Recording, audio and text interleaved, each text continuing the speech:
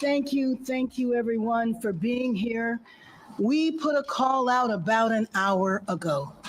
And with this call, and I'm so glad that you are here as children. Yes.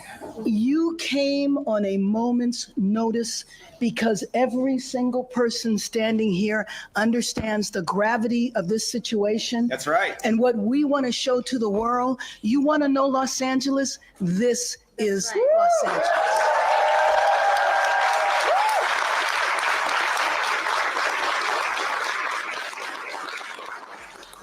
Last Thursday, Los Angeles was peaceful. There was nothing happening here that warranted what began to take place on Friday. So today I wanted to present a visual, one that Angelinos know, but I just want to make sure that the state, the country, and the world knows that this is Los Angeles. We are a city of labor. We are a city of businesses. We are a city of faith. We are a city of believers, and we are a city of dreamers.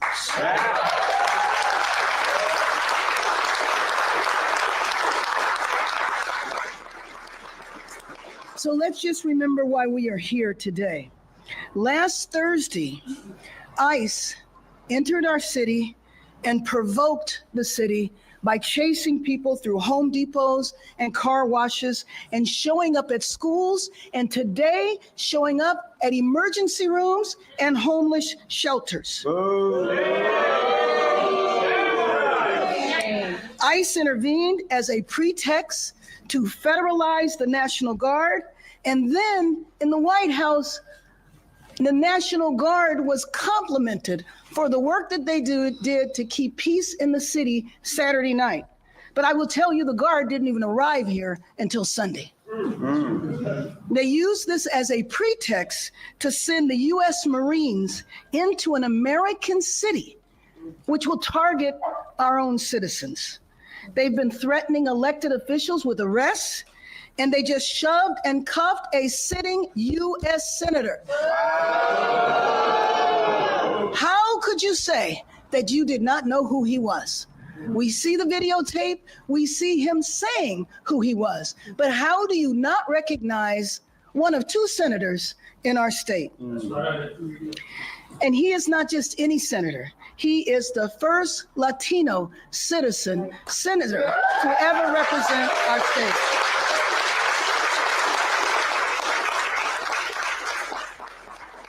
The images we have seen of our city over the past week, the rage, the vandalism, the looting, none of that is LA.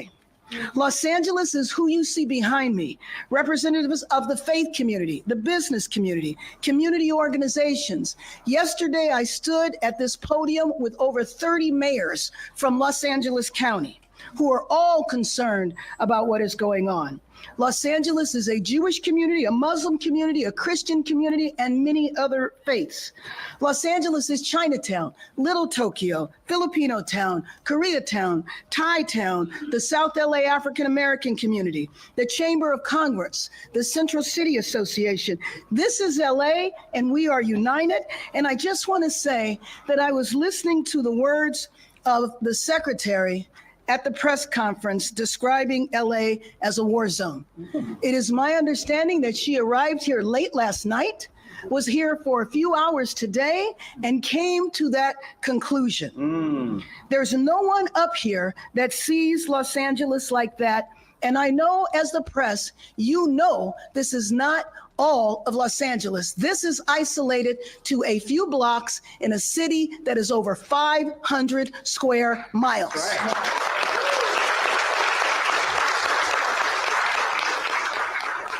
And out of those 500 square miles, the protests, and especially the protests that devolved into vandalism, represents about half a square mile. So the notion that this is happening all over our city, the notion that this city is not governable, the notion that we need the military to intervene, we have the capacity to address these problems. And I know there's not a person up here that supports vandalism, that supports violence, and that understands if you support support the immigrant community, you know how to do it in a peaceful manner.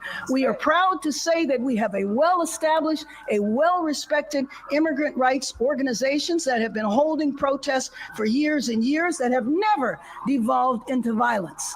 And so to characterize what is going on as our city is a city of mayhem is just an outright lie. I'm not going to call it an untruth. I'm not going to sugarcoat it. I'm going to call it for what it is, which is a lie. And I just have to say, I served with the secretary. I served with the secretary for probably about 10 years in Congress. And Madam Secretary, I do not recognize you anymore. I do not know Kristi Noem that I served with for 10 years. So no matter what happens out of the White House, we will always uphold and reflect what Los Angeles and the United States of America are truly about. Freedom, tolerance, and for God's sake, our Constitution.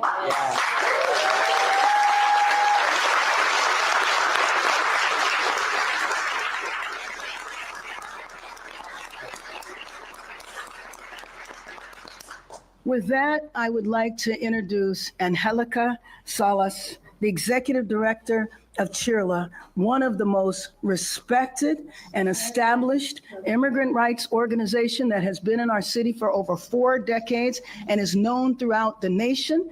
And I want to ask you, Angelica, to talk about what the letter that you received this morning. Yeah!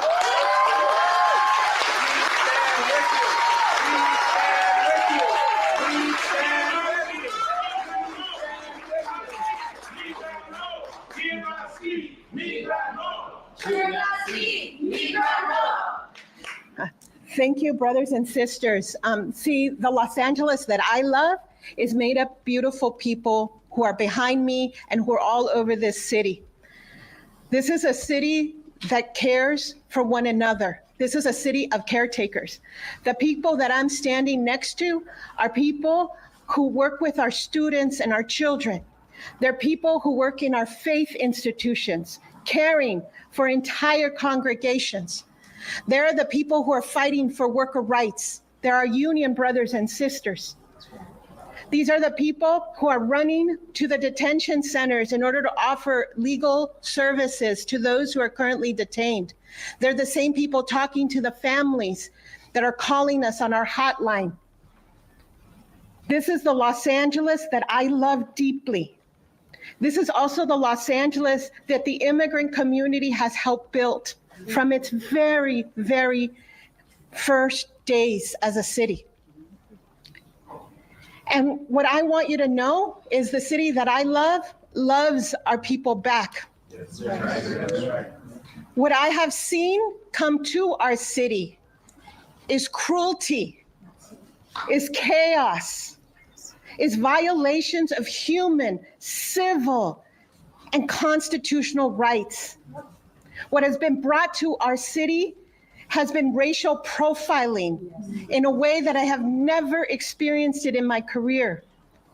What I see now, and based on all our reports, is over 45 enforcement actions, not just in the city of Los Angeles, but our entire region, all of Southern California.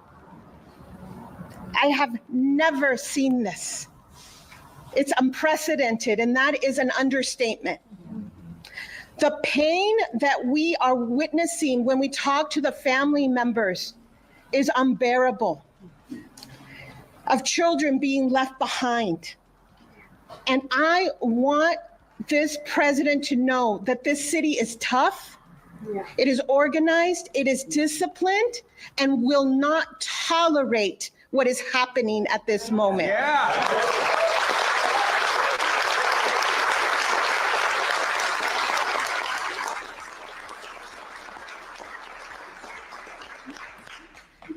What was very clear to me this year was at the beginning of the year is that they were not just going after the immigrant community, but they were going to go after all the immigrant rights organizations that supported them. And they did. They began by defunding us, by making sure that organizations here next to me wouldn't have the resources to be able to go represent children and vulnerable adults, disabled individuals in detention, that took away legal services from those who are still trying to find their parents and their children from the first Trump administration. And now what I see very clearly is they're coming to the organizations by then, I would say, to saying the most vicious of lies of who we are and what we do and what we're about. But the truth is the truth, and it's based on our actions, not actions of this day, but actions of decades. That's right. And yes, we have received a letter from Senator Josh Hawley. Boo! Shame on that. But what I want you to know is that's not going to deter us. It's not going to intimidate us from standing with our immigrant community, by standing with our families, by demanding due process, by demanding that there be accountability for the violations of human and civil rights that have occurred in our city. But I know I'm not alone. These are all the people who are here with me, and there's so many good people in LA, and we're going to stand together.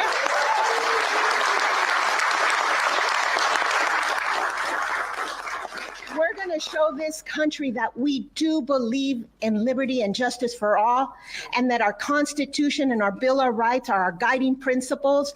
And that is what has brought so many immigrants to this country, because they believe deeply in these values, and we're going to fight to make sure that those values are upheld. Thank you very much.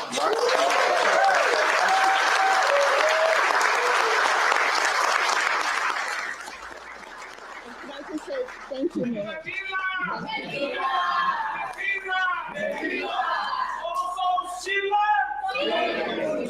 Let me just say that one thing I think that is not thought about, we certainly understand it in our city. The immigrant community is vital to the economy of our city. That's right. There are entire sectors of our economy that will not function if the immigrant community is too afraid to go to work and too afraid to go to school. You could talk about the construction industry, and I think there's a lot of building that needs to take place here.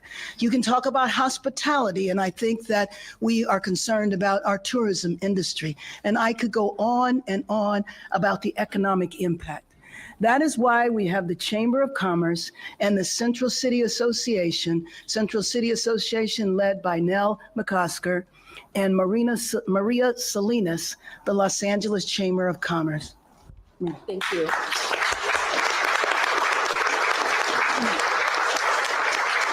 Thank you, Mayor, for your work. Angelica, thank you for your work and what you are doing in the front lines.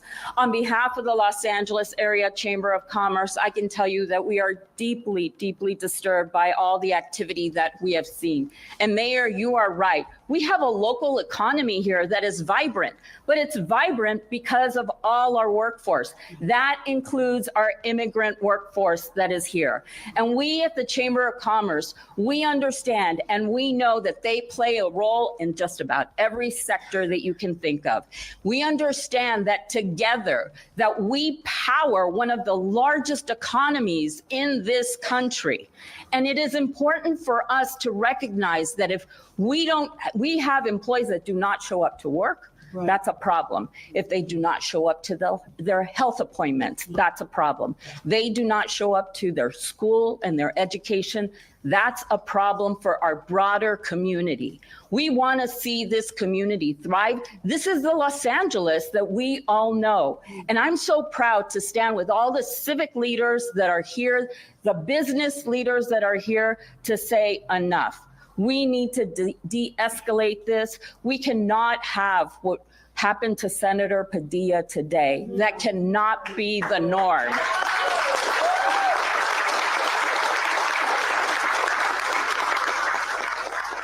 And Los Angeles will rise above this because we've done it before. And we're going to do it again. And we're going to do it with everyone in our community, including our immigrant population. I was with our chamber board this morning, affirming the work that we are doing to ensure that this community feels safe, feels supported, and that we are all working together, just like we're here with the mayor and with this entire group here today. Thank you, Mayor, for having us and for lifting up how important it is to sustain an economy that works for all. Thank you.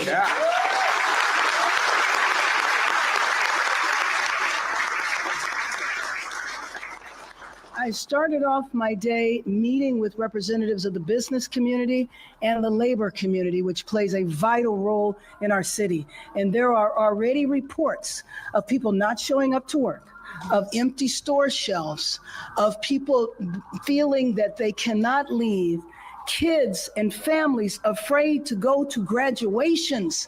The attendance at graduations being down by 25 and 50% because parents are afraid that on one of the most important days of their lives, that they cannot attend the graduation because they might be detained by ICE. This is not the America, this is not the city that we live in, and we will not accept this. We are also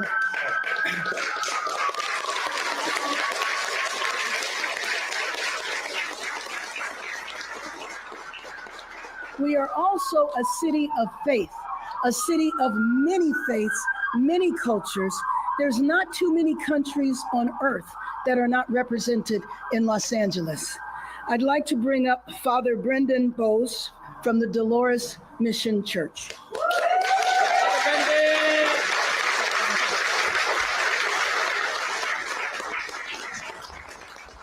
Thank you, Mayor Bass. My name is Father Brendan Bussey. It's okay, Polish immigrants do strange things to their last names. As you said, I'm the pastor of Dolores Mission Church, and it was great to have you stand with the interfaith community. I hope you felt the interfaith community standing with you on Tuesday when we came into Grand Park to pray in peace, to pray for peace, to bring a presence of peace. And I know, as you mentioned, the children that are here and our families are feeling that this is a moment that is quite scary for many of us. But I stand here today to remind us that this is also not just a scary moment, but a sacred moment. Yeah. This is a sacred moment where we as a city of Los Angeles stand up and recognize that there's two ways we can live, as if everything is sacred or as if nothing is. And we stand here today because we know that everything and everyone and every place is sacred. There are some in our government, as you know, as we have seen, that act as if nothing is sacred. Not our churches, not our schools, not our hospitals, not our shelters, not our homes, not our streets, not our parks, no place is sacred. And nobody is treated as if they were in this city by this government. And so I'm here to remind you that this is a moment where we have a choice to make. If everything is sacred, then we need to respect the dignity of all people, respect the rights of all people. We need to do everything we can to advocate and stand for that. And everybody in this room, I think, stands with us as we say that. I go to my school every day and I hear things now that I don't ever want to hear. Children looking at me saying, Father Brendan, I saw you on the news. That's something I never wanted to hear. But I asked one of those children, I said, how did that make you feel? And he said, thought for a minute, and he said, strong. I felt strong when I saw you up there. And that's what I want everybody to hear in the faith community, the civic community, the business community, the whole of Los Angeles. Then we stand together. Our children do not feel scared. They do not feel threatened. They do not feel worried about who's going to be home when they get back from school. They feel strong when they see us standing together. They feel brave when they see us acting in their name. They feel proud when they see people standing up for what is right. And that's what we do here today and always. As we said in the park on Tuesday, we will continue to be brave with our love, because that's what Los Angeles is. Someone at that action was there crying in tears, asking, where is my family? And as I heard them say that, I said, I don't know where they are, but I know exactly who they are. They are our brothers and sisters, and we need to start acting as if that were true. We will be brave with our love. We will be brave with our love. We will be brave with our love.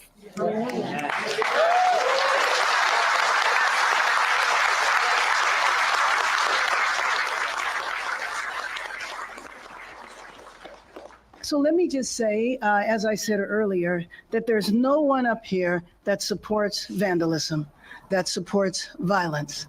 We have had to have a curfew in the city because we want to make sure that the downtown neighborhood and all the other neighborhoods are safe. But let me be very clear. We want peace to come to our city.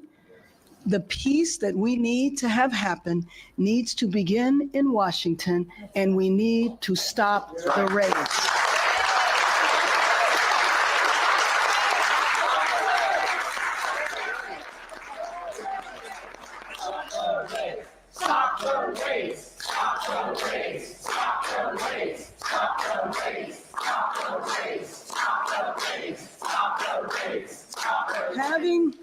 Having the military, soldiers who are trained to fight wars on foreign soil here in our city is not going to bring peace, because first and foremost, they are not needed.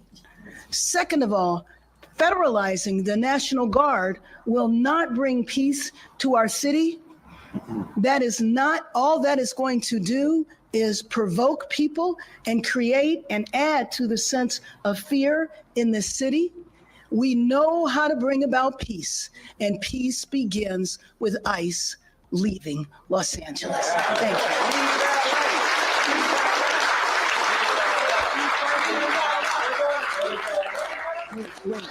you. Okay, we're going to take a few questions, Zach. We're going first to Anna and then to Robert. Mayor Bass, have you been able to get on the phone with President Trump? No, I have made a formal request. I have talked to members that are close to the administration. We will see if my formal request is granted. Is he denying your request? There has just not been a response just yet. We're going to Robert and then Josh. Hi, Mayor. Hi. Let's talk about the curfew. Is it going to continue? How long is it going to continue? Does the zone need to be expanded after we saw last night?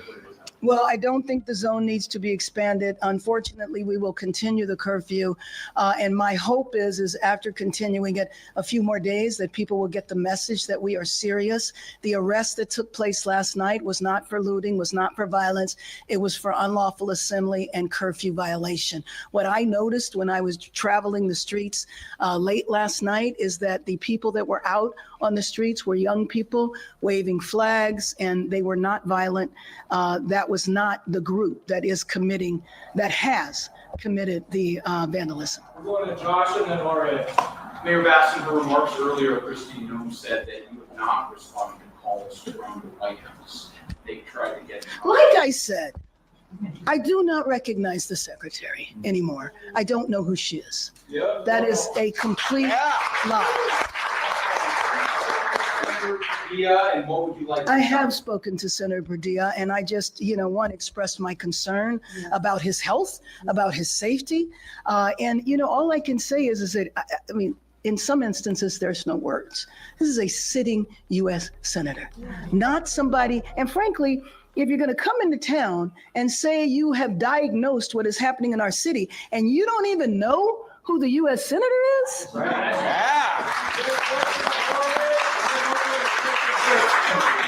Mayor Bass, what is happening in the country, everybody is outrageous. The majority of the Americans. Where do you think that democracy is going to? Fascism? An authoritarian president? What do you think? Let me just say that I think that unfortunately our city is being used as a test case.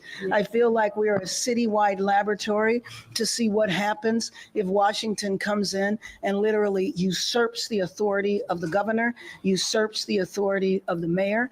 And so I think as part of this test case, it's a warning for other cities, but clearly other cities are very concerned, which is why you have seen protests spread. But I also know that there's a new mayor in Omaha, Nebraska.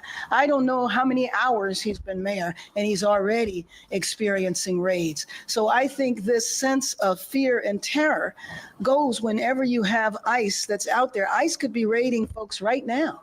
I was in a meeting with Angelica and some of the other immigrant rights leaders the other morning, and everybody's cell phones started going off. Why? Because they were being notified of raids that were taking place in front of schools. You might have heard me mention that my grandson's elementary school, there were ICE agents right out in front of that. We believe that it's because they thought it was a graduation that was taking place.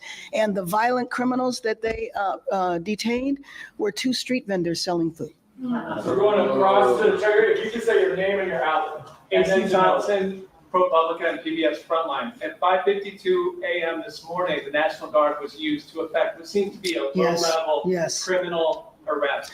Yeah. Were you aware of that? Do you No. expect that to continue? No, but thank you for raising that, because I think what that could indicate is an expansion of their mission. Their mission here is supposed to be solely protecting the federal buildings. 100 National Guard or federalized National Guard are in the downtown federal building, and 100 are in the Westwood federal building. Westwood always has protests. None of them have been about this issue. I don't even know why they're there. And frankly, I don't know why the federalized National Guard is needed. But I will tell you, when I saw the federalized National Guard there this morning, it indicated to me that there might be an expansion of their mission, and I believe that is extremely dangerous. Again, all that does is provoke the community. That's right. Mayor Bass, Bill Goldberg with LA Times. Do you see this past week, as a turning point in the Trump administration? How does it compare to the last time he was president for you? Well, for me, the last time he was president, I was in Washington, D.C., and a lot of these ideas were lifted then. They talked about them, but they didn't implement them. So in part, and I think that's true for most of us, we heard this rhetoric before. Now we're watching it play out, and it's extremely terrifying. Molly and then across. Mayor, two things. First, you mentioned, I'm sorry, I'm Molly with the Washington Post.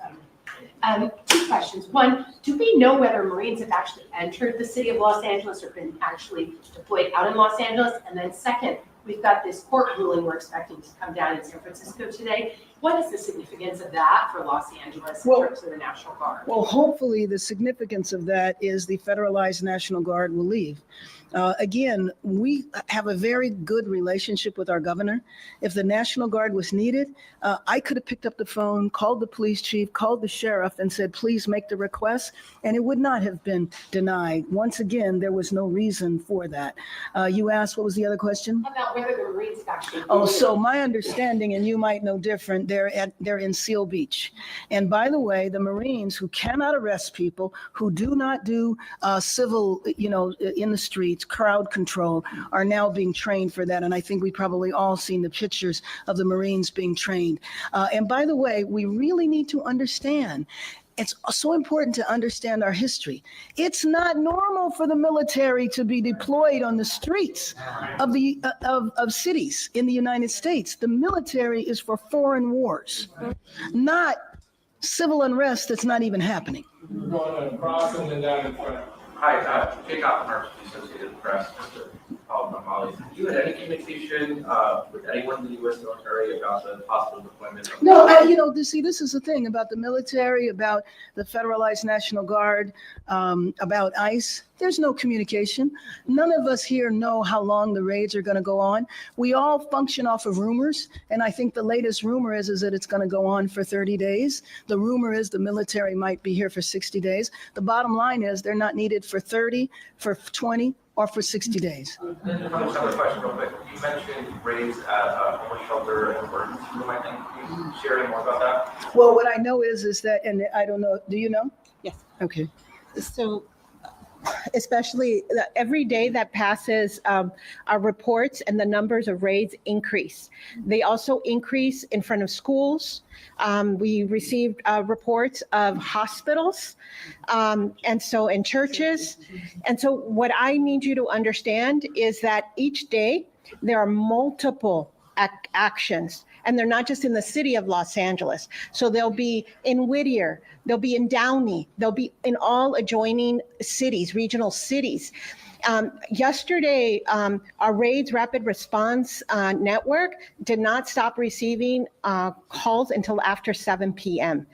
And so there's two kinds of reports. It's the community is also very scared. So even if they are not at an enforcement site, what's happening is they're witnessing everything. Right. So a lot of our volunteers. Mayor, can I say something in Spanish? Because I think it's really important for, nomás un mensaje a nuestra comunidad inmigrante, a toda nuestra comunidad aquí en Los Ángeles. Lo único que sí les quiero decir es que toda esta gente que está aquí, todos son líderes cívicos de Los Ángeles, con nuestra alcaldesa, todos diciéndoles a ustedes que no están solos, que vamos a luchar con ustedes por sus familias, porque son las familias de Los Ángeles, y que estamos dispuestos a seguir luchando con todo, con todas nuestras capacidades, para que la inmigración, para que estas redadas paren. Muchas gracias. Claro.